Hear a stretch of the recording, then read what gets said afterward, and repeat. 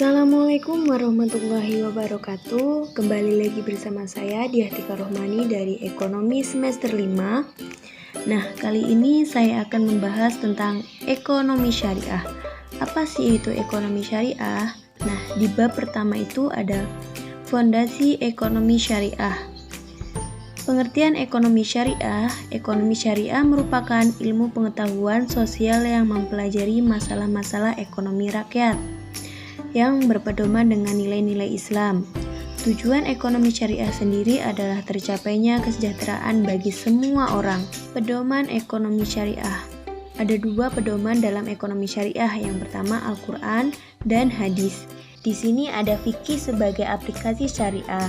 Ilmu fikih merupakan salah satu ilmu yang memerinci atau mengatur realitas yang terjadi dalam kehidupan. Nah, untuk bab 2 yaitu konsep dasar ekonomi syariah. Yang pertama, posisi ekonomi syariah dalam totalitas sistem Islam. Posisi ekonomi syariah dianggap sangat penting untuk mengurangi permasalahan ekonomi, karena berprinsip menghasilkan masyarakat yang memadai, sejahtera secara material dan spiritual.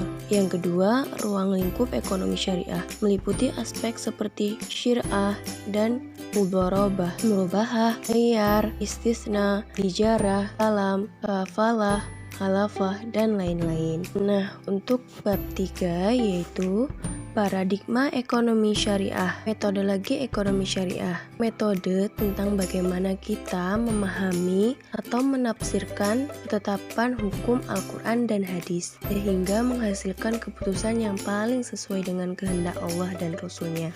Selanjutnya, paradigma ekonomi syariah. Arti paradigma sendiri adalah cara pandang seseorang. Pandangan ekonomi Islam adalah sebuah ilmu, petunjuk atau aturan syariah yang mencegah ketidakadilan dalam memperoleh sumber ataupun menggunakan suatu sumber. Baiklah, untuk bab 4 yaitu perbandingan sistem ekonomi. Yang pertama, prinsip ekonomi kapitalis, kebebasan memiliki harta secara keseluruhan. Kebebasan ekonomi dalam persaingan bebas. Nah, untuk yang kedua, prinsip ekonomi sosialis menurut Afdjalur Rahman 1995, seluruh bentuk sumber produksi dan sumber pendapatan menjadi milik negara ataupun masyarakat. Nah, untuk selanjutnya yaitu prinsip ekonomi Islam. Para pelaku memegang teguh prinsip dasar yaitu ilahiyah, di mana dalam ekonomi Islam kepentingan individu dan masyarakat memiliki hubungan yang sangat erat, menjunjung tinggi keselarasan dan kemaslahatan. Selanjutnya, bab 5 yaitu konsep harta dan kepemilikan dalam Islam. Kepemilikan harta dalam Islam memandang bahwa pemilik hakiki adalah Allah Subhanahu wa Ta'ala. Harta yang ada di tangan manusia semata-mata hanyalah titipan yang harus ditunaikan sesuai apa yang diinginkan Sang Pencipta. Kepemilikan dalam Islam adalah sebuah amanah ataupun mandat. Oleh karena itu, seseorang muslim tidak bebas dalam menggunakan kepemilikannya itu. Selanjutnya, bab 6 yaitu prinsip konsumsi dalam Islam. Yang pertama, konsumsi dalam ekonomi syariah adalah sebuah upaya memenuhi kebutuhan jasmani maupun rohani sehingga mampu memaksimalkan fungsi kemanusiaannya. Perilaku konsumen dalam ekonomi syariah. Perilaku seseorang konsumen harus mencerminkan hubungan dirinya dengan Allah Subhanahu wa Ta'ala, karena konsumsi tidak dapat dipisahkan dari peranan keimanan. Bab 7, produksi dalam ekonomi syariah. Yang pertama, tujuan produksi dalam ekonomi Islam untuk menciptakan maslahah yang optimum bagi konsumen atau bagi manusia secara keseluruhan yang akan mencapai falah yang merupakan tujuan akhir dari kegiatan ekonomi. Untuk yang B yaitu prinsip produksi ekonomi Islam, menghasilkan sesuatu yang halal yang merupakan akumulasi dari semua proses produksi, mulai dari sumber bahan baku sampai dengan jenis produk.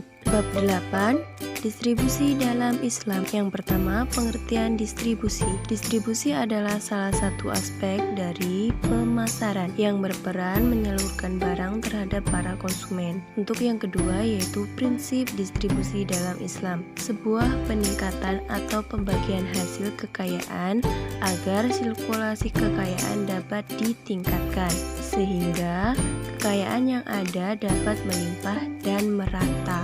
Untuk bab 9 yaitu permintaan dan penawaran dalam perspektif ekonomi syariah. A. Permintaan dan penawaran dalam Islam. Islam tidak menganjurkan permintaan terhadap suatu barang dengan tujuan kemegahan, kemewahan, dan kemubaziran. Sedangkan untuk penawaran sebuah barang ataupun jasa harus transparan dan terperinci spesifikasinya. Bab 10.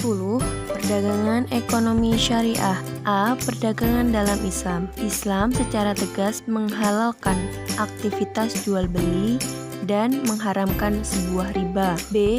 Prinsip dasar perdagangan dalam Islam adalah unsur kebebasan dalam melakukan transaksi tukar-menukar, tetapi kegiatan tersebut tetap disertai dengan harapan diperolehnya keridhaan dari Allah Subhanahu wa Ta'ala. Nah, untuk bab 11 yaitu fungsi kebijakan fiskal dalam ekonomi syariah. Yang pertama, pengertian kebijakan fiskal, sebuah kebijakan ekonomi yang berkaitan dengan penerimaan pemerintah. Bentuk penerimaan adalah pajak bersih dari sektor rumah tangga.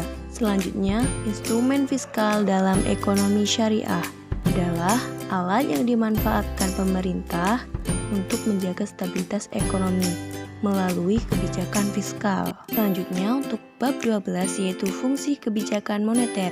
Yang pertama, jenis-jenis kebijakan moneter: ekspansif, stabilitas ekonomi, kesempatan kerja, stabilitas harga, neraca pembayaran internasional. Nah, yang kedua, kebijakan moneter tanpa bunga. Maksudnya tidak mengutamakan suku bunga.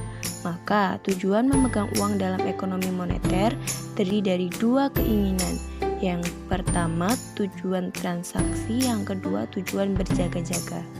Selanjutnya untuk bab 13 yaitu prinsip dasar lembaga keuangan syariah. 10 prinsip dasar diantaranya: yang pertama mudharabah, yang kedua musyarakah, yang ketiga wadiah, yang keempat murabahah, yang kelima salam, yang keenam istisna, yang ketujuh ijarah, yang kedelapan qard, yang kesembilan hawalah, yang kesepuluh wakalah. Baiklah, itulah tadi materi yang dapat saya sampaikan. Semoga bermanfaat, semoga menambah ilmu. Terima kasih untuk semuanya. Saya akhiri. Wassalamualaikum warahmatullahi wabarakatuh.